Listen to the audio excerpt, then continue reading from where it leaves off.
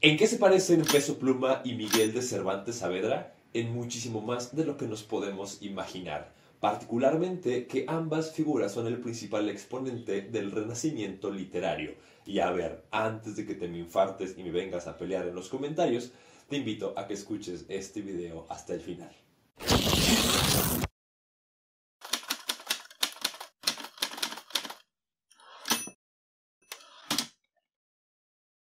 ¿Qué onda, gente? ¿Cómo están? Me da muchísimo gusto saludarles. Yo soy Juan Francisco y te doy la bienvenida de nueva cuenta a este tu canal de confianza de libros y otros demonios.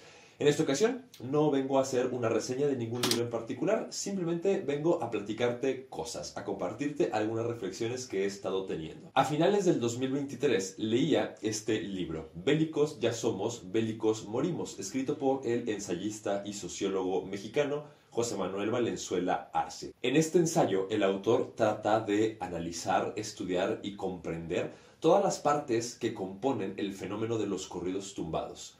Empieza haciendo una línea del tiempo de cómo va surgiendo el corrido desde la época de la Revolución hasta nuestros días, al mismo tiempo que analiza sus principales exponentes, las características de las letras y un análisis discursivo a nivel de impacto social de lo que implica este género dentro de la cultura del día a día. Este libro se me hizo súper interesante y desde que lo leí quería compartirte algunas de esas reflexiones contigo.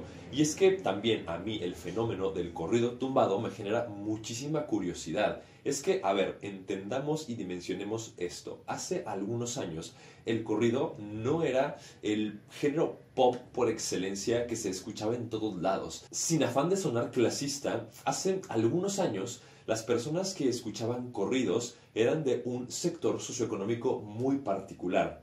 Actualmente el común de la población ya escucha, o debo de decir, escuchamos corridos tumbados. Actualmente este género lidera todas las listas de éxitos, al menos aquí en México. Los escuchamos en fiestas, los escuchamos en radio y todo el mundo al menos nos sabemos aunque sea alguna canción o algún cantante. Poco a poco, los corridos tumbados han dejado de ser exclusivos de un sector de la población para volverse en algo compartido. Y siento que el clímax de esto llegó el pasado domingo 4 de febrero, cuando se hizo la entrega de los premios Grammy, el máximo galardón de la industria musical, en donde Peso Pluma ganó su primer Grammy. Y digo su primero porque me imagino, y es que así pinta el panorama, seguramente en un futuro cercano va a ganar muchísimos más. Y sí, escuchaste bien, Peso Pluma ganó un Grammy. Hay algunas personas que consideran esto como el máximo punto de decadencia de la música y la cultura en general. Yo en lo personal es algo que ya veía venir, y es que entendamos la música como parte del arte, como parte de la literatura. El arte es cíclico, todo se repite. Lo que ahorita estamos viendo en la música, en su momento ya lo vimos con algunas otras disciplinas. Y el choque cultural que Peso Pluma representa ahorita, hace 400 años, también lo fue el Quijote de Cervantes. Es por eso que en este video te quiero compartir algunas reflexiones que me ha generado este fenómeno de los corridos tumbados y como este canal es de literatura, cómo podemos relacionar ese fenómeno con el renacimiento literario. Y para entender esto, hagamos un viaje al pasado rapidísimo hacia los orígenes de la literatura. Las primeras historias, los primeros textos, no fueron escritos, sino que fueron transmitidos de manera oral. Estas historias compartían las grandes hazañas de algunos personajes que no querían que se fueran olvidando dentro de una cultura de una comunidad particular. Si analizamos esto a la luz de los corridos, pasa exactamente lo mismo.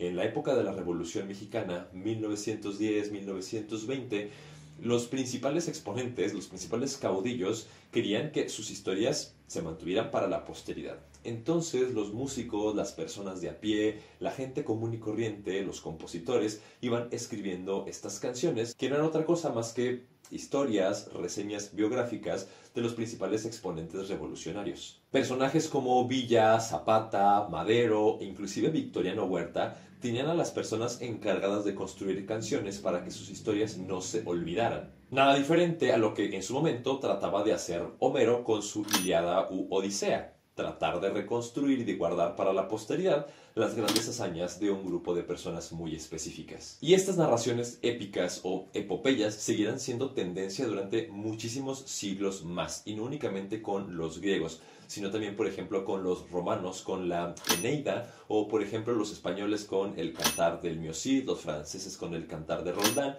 y muchas otras historias que lo que buscan es eso, captar grandes hazañas de un grupo de personas para contarlas hacia los demás. Los corridos pasan exactamente por lo mismo. Poco a poco dejan de ser los guerrilleros revolucionarios hasta convertirse o centrarse más bien en aquellos héroes de los pueblos. Y sí, muchos de estos héroes estarán centrados en la ilegalidad. Los corridos ya no serán anónimos, sino que empezarán a surgir grandes exponentes que se encargarán de contar esas historias. Por ejemplo, Chalino Sánchez o los Tigres del Norte, algunos de los cuales tendrán como figuras centrales a personajes de la política o del crimen organizado. Regresando al tema de la literatura, para la Edad Media, estas historias, estas epopeyas, empiezan a hacerse mucho más famosas y populares entre los barrios bajos o las zonas marginales de la sociedad. Lo mismo que sucede, por ejemplo, con los corridos, a tal grado que algunos de los temas empiezan a ser bastante polémicos. Por eso podemos ubicar como la Iglesia Católica, en la Edad Media, empieza a censurar muchas historias que hablaban de sexo, que hablaban de pecado, que hablaban de dilemas morales, que hablaban del cuerpo, que hablaban de reflexiones filosóficas, cualquier cosa que se saliera de la religiosidad. Algo muy similar pasaba con esos exponentes del corrido que te mencionaba, Chalino Sánchez o los Tigres del Norte. En más de algún momento buscan ser silenciados por las esferas del gobierno o por otros grupos criminales, puesto que no les conviene que se sigan escuchando sus historias. Sin embargo, en este punto, tanto para la literatura como para los corridos, no es algo que se vuelva universal todavía, no es algo que se viralice. Necesitan algo, necesitan un instrumento que les permita estar al alcance de todos. Para el siglo XV, en Alemania, Johannes Gutenberg inventa la imprenta, este aparato que permite copiar libros a una velocidad súper elevada y que facilitará que todas las personas puedan tener acceso a la literatura. Lo mismo va a suceder en la industria de la música con las aplicaciones como Spotify o YouTube. Todo mundo tenemos cuenta en estas plataformas, lo cual permitirá que aquellas cosas que empiezan a sonar poco a poco estén al alcance de todos nosotros. Y es entonces que aparecen estos dos nombres que te mencionaba al inicio del video: Miguel de Cervantes Saavedra y Peso Pluma, dos hombres visionarios y adelantados a su época, quienes entienden que para seguir vigentes deben de alterar un poquito las fórmulas arcaicas que se estaban manejando. Cervantes, por ejemplo, tenía dos alternativas para escribir: o escribía amplias disertaciones morales, filosóficas, religiosas que llevaran a comprender la naturaleza del ser humano, o seguía escribiendo grandes narraciones épicas. Él decide fusionar ambas y es a lo que actualmente se le conoce como, novela. Con su Quijote, Miguel de Cervantes logra unir ambas cosas. Sí hace una crítica, hace una sátira a las grandes narraciones épicas de caballeros que estaban tan de moda en ese momento, pero decide ponerle otros toques cómicos y otros toques reflexivos para que las personas sigan encontrando algo novedoso en eso que escribe. Peso Pluma o el resto de corridistas, llamémosle Junior H, Natanael Cano o grupos musicales como Fuerza Regida o Eslabón Armado, hacen exactamente lo mismo. Entienden que poco a poco tienen que adaptar ciertos elementos y dejar de lado otros si quieren seguir siendo el centro de la atención. Es por eso que se empiezan a integrar otros temas, ya no nada más hablando del narcotráfico o de las grandes figuras del crimen organizado, sino que empezamos a meter temas como las mujeres, temas como la fiesta, o dejamos de lado ciertos instrumentos, por lo que actualmente los corridos suenan ya menos a acordeón y tololoche como los Tigres del Norte, y suenan un poquito más a guitarras, sintetizadores, trompetas, que son un poquito más agradables y amigables al oído. Y como ves, en el arte, tanto la literatura como la música, todo es un ciclo, todo es un proceso perfectamente unido, concatenado, que va actualizándose conforme va siendo necesario para la sociedad. En la literatura, por ejemplo, después del Renacimiento llegamos a la Ilustración, en donde ahora lo importante es abordar temas reflexivos, filosóficos dentro de nuestras historias. Después eso mutará hacia el romanticismo, en donde seguimos tratando de llegar a la razón, pero a través de la explotación de las emociones. Después de eso llegaremos al realismo, en donde pues sí, es importante llegar a la razón, pero entendiendo todo el contexto, y así seguiremos avanzando en diferentes géneros y estilos literarios hasta llegar al tiempo presente. Algo similar va a ocurrir con la música, con los corridos, insisto. Y es aquí donde me quiero detener un poquito más, hablando ya tal vez de una reflexión personal. Muchas personas están en contra de los corridos tumbados porque se cree que la sociedad puede imitar y tomar como parámetro de medición, parámetro normal, correcto, moral, de bien o mal, lo que se dice las letras de los corridos. El consumo desenfrenado de drogas, la vida intensa, las mujeres, la fiesta, el desmadre, etc. Sin embargo, yo creo que es al revés. La sociedad no imita a la música, más bien la música imita a la sociedad. Me explico. La música que estamos escuchando ahorita la escuchamos porque empieza a hacernos sentido con algunas ideas, emociones, pensamientos, sentimientos que vamos experimentando. José Manuel Valenzuela Arce, el escritor de este libro que les mencionaba, va a manejar un concepto que me gustó muchísimo y es el presentismo intenso.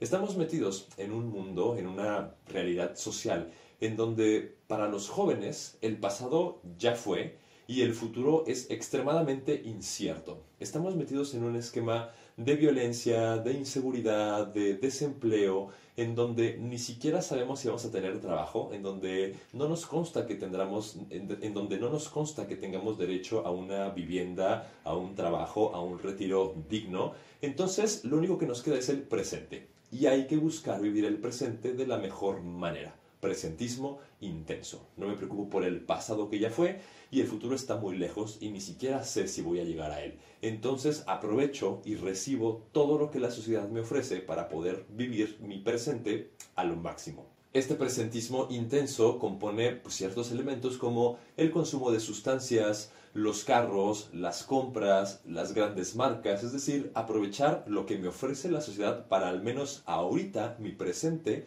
poderlo disfrutar al máximo. Y yo sé, aquí empezaremos a tener ideas diferentes. Ciertamente, yo creo que se puede disfrutar el presente de muchísimas otras maneras que no sea lo que plantea la letra de los corridos tumbados. Sin embargo, insisto, creo que es un termómetro social que va marcando la forma en la que muchos jóvenes, muchas generaciones, muchas personas empiezan a ver la vida. Y claro que sí, la sociedad necesita cambiar. Obviamente no nos encontramos en el mejor lugar en el que podría estar la humanidad. Pero pues por el momento así son las cosas y parece que tenemos pocas alternativas.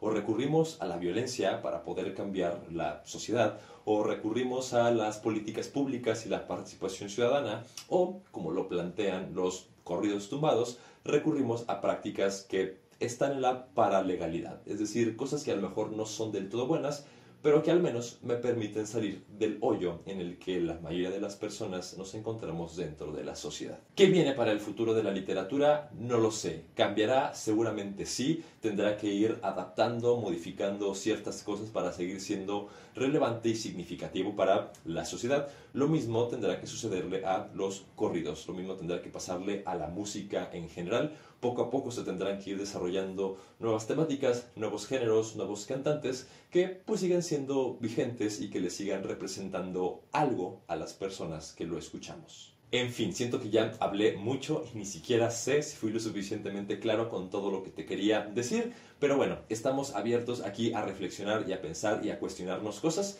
Si a ti te surgió algo que me quieras compartir, te invito a que lo dejes acá abajito en la sección de los comentarios. También te puedes comunicar conmigo a través de mis redes sociales, los links los encuentras también abajo en la cajita de la descripción. Y por mi parte, no me queda más que agradecerte que me hayas visto un video más y si es que te ha gustado esta reflexión, que le des like al video, que te suscribas al canal si es que todavía no lo estás y muy importante también que actives la campanita de notificaciones para que sepas el momento exacto en el que mi bello rostro tumbado estará apareciendo en tus dispositivos. En fin, muchísimas gracias por verme un video más. Yo soy Juan Francisco, esto fue de Libros y Otros Demonios y nos veremos para la próxima. Hasta entonces, ¡chao, chao!